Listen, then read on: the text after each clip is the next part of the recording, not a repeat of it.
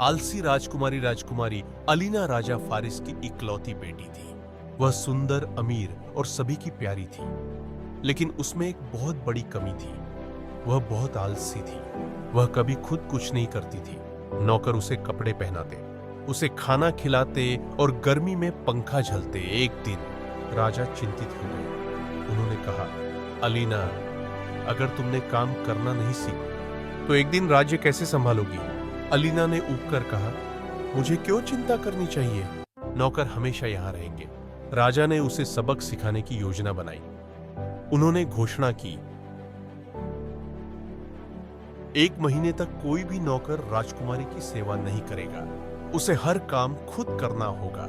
पहले तो अलीना को लगा कि यह मजाक है, लेकिन जब अगले दिन वह जागी तो किसी ने उसका नाश्ता नहीं लाया। उसने इंतजार किया, पर भूख के कारण उसे रसोई में जाना पड़ा। जब उसने खुद खाना पकाने की कोशिश की तो वह जल गया। उसके कपड़े इधर उधर बिखरे थे, कमरा गंदा था और कोई भी उसकी मदद करने के लिए नहीं था। वह कई दिनों तक परेशान और थकी हुई रही।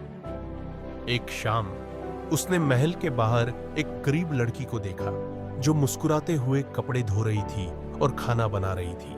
अलीना ने पूछा, तुम इतनी मेहनत के बाद भी खुश कैसे हो? लड़की ने जवाब दिया, क्योंकि मैं जानती हूं कि मेहनत से ही सफलता मिलती है। अगर मैं काम नहीं करूंगी तो मेरे लिए कौन करेगा? अलीना को अपनी गलती का एहसास हुआ। उसने छोटे छोटे काम सीखने शुरू कर दिए।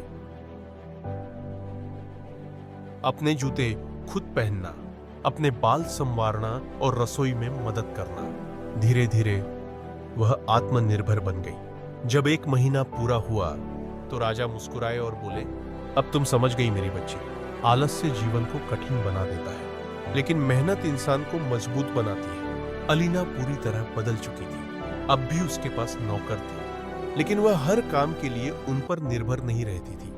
और जब वह रानी बनी, आलस्य जीवन को कठिन बना देता है, लेकिन मेहनत से सफलता और आत्मसम्मान मिलता है। क्या आपको यह कहानी पसंद आई?